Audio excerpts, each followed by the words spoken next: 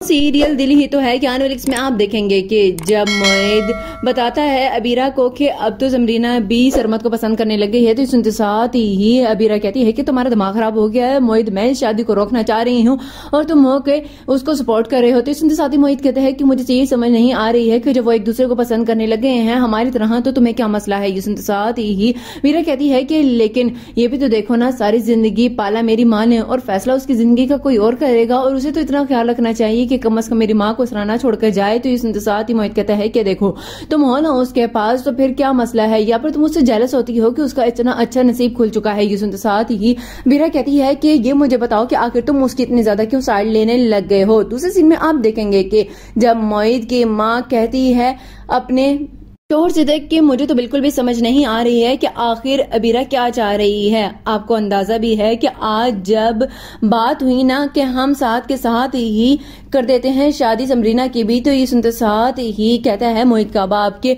तुम रहने दो, तुम ना बोलना बीच में, मैं खुद जाकर बात करूंगा। ये तो बहुत ही ज्यादा अच्छा हो जाएगा कि दोनों बेटियों की शादी एक साथ ही हो जाएगी। तो सुनते साथ ही मोहित की माँ कहती है कि लेकिन अबीरा ने ही रफड़ डाल दिया है कि वो कहती है कि ये शादी अभी नहीं होगी। ये सुनते साथ ही मोहित का बाप कहते हैं कि तुम इतनी ज्यादा परेशान क्यों होती हो, मैं हूं ना, मेरे होते हुए सब कुछ आसान हो जाएगा, बल्कि इससे अच्छी तो कोई भी बात नहीं होगी।